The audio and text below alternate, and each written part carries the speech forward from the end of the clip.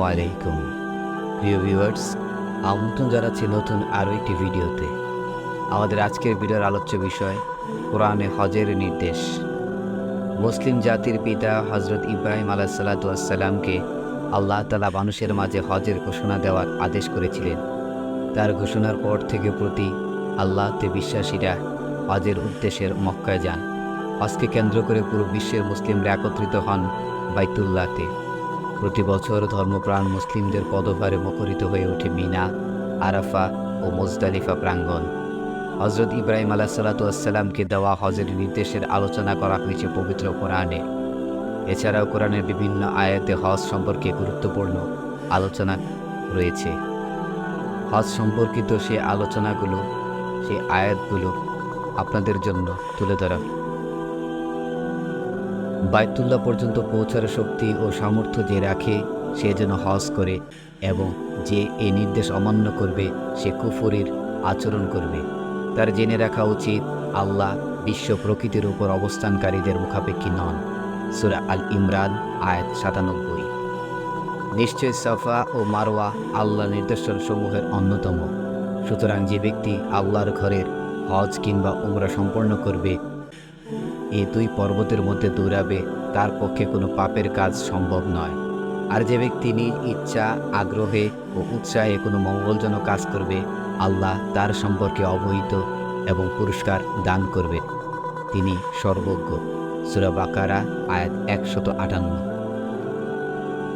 যখন আমি কাবাঘরকে মানব জাতির জন্য সম্মিলন ও নিরাপত্তার স্থল করেছিলাম এবং বলেছিলাম, তোমরা ইব্রাহিমের দাঁড়ানোর জায়গাকে নামাজের স্থান বানাও, এবং ইব্রাহিম ও ইসমাইলকে আদেশ করলাম, আমার ঘরকে তাওয়াফকারী, অবস্থান ও রুকু সিজদাকারীদের জন্য পবিত্র রাখো।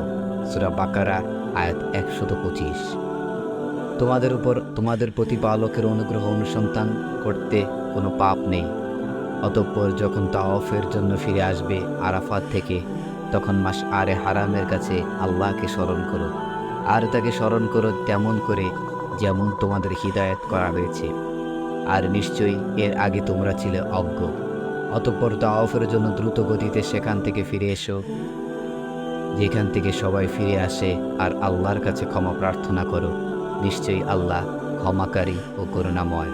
সূরা বাকারা আয়াত 198 এবং 199। তোমরা আল্লাহর সন্তুষ্টির জন্য হজ ও উমরা নিয়ত করবে, তখন তা পূরণ করবে। আর কোথাও যদি বাধাপ্রাপ্ত হয়ে পড়ো, তাহলে কোরবানির যে বস্তু তা আল্লাহর উদ্দেশ্যে পেশ করে দিও, এবং নিজেদের মাথা মুন্ডন করো না যতক্ষণ না কোরবানির পশু নির্দিষ্ট স্থানে পৌঁছে যায়। কিন্তু যে ব্যক্তি এর মধ্যে অসুস্থ হয়ে পড়বে কিংবা মাথায় যদি কোনো অসুখ থাকে, তাহলে তার পরিবর্তে রোজা রাখবে কিংবা ফিদিয়া দেবে অথবা কোরবানি করবে। আর তোমাদের মধ্যে যারা হজ ও উমরা একত্রে একসঙ্গে পালন করতে চায়, তাহলে যা কিছু সহজলভ্য তা দিয়ে কোরবানি করাই তার উপর কর্তব্য। বস্তুত যারা কোরবানির পশু পাবে না, তারা হজের দিনগুলোর মধ্যে 3টি রোজা রাখবে এবং 7টি রোজা রাখবে ফিরে যাওয়ার পর। এভাবে 10টি রোজা পূর্ণ হয়ে যাবে। এ নির্দেশ তাদের জন্য যারা মসজিদুল হারামের পাশে বসবাস করে না। আর আল্লাহকে ভয় করতে থাকো, আর জেনে রাখো আল্লাহর আযাব বড়ই কঠিন। সূরা বাকারা আয়াত 196।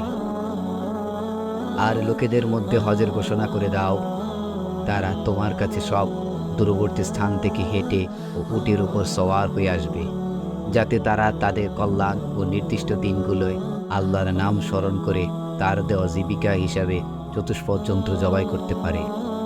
অতঃপর তোমরা তা থেকে আহার করো এবং অভাবগ্রস্তকে আহার করাও। সূরা হজ আয়াত 27 এবং 28।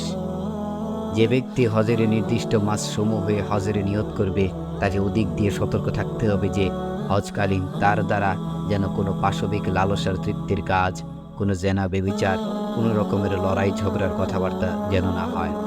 আর তোমরা যা কিছু সৎ কাজ করো আল্লাহ তা জানেন। আর তোমরা উত্তম পাথেয় সঙ্গী নিয়ে নাও। নিঃসন্দেহে সর্বোত্তম পাথেয় হচ্ছে আল্লাহর ভয়। হে বুদ্ধিমান লোকেরা, তোমরা শুধু আমাকে ভয় করো। সূরা বাকারা আয়াত 197। প্রিয় ভিউয়ার্স, আমরা এতক্ষণ যে আয়াতগুলো সম্পর্কে আলোচনা করলাম, এই আয়াতগুলোতে হজের বিধান এবং তার গুরুত্ব স্পষ্টভাবে আল্লাহ পাক বর্ণনা করেছেন। মহান আল্লাহ আমাদের সবাইকে জীবনে একটি বার হজ্জে বাইতুল্লাহ নসিব করুক এবং বেশি বেশি করে নেক আমল করার তৌফিক দান করুক। আমিন।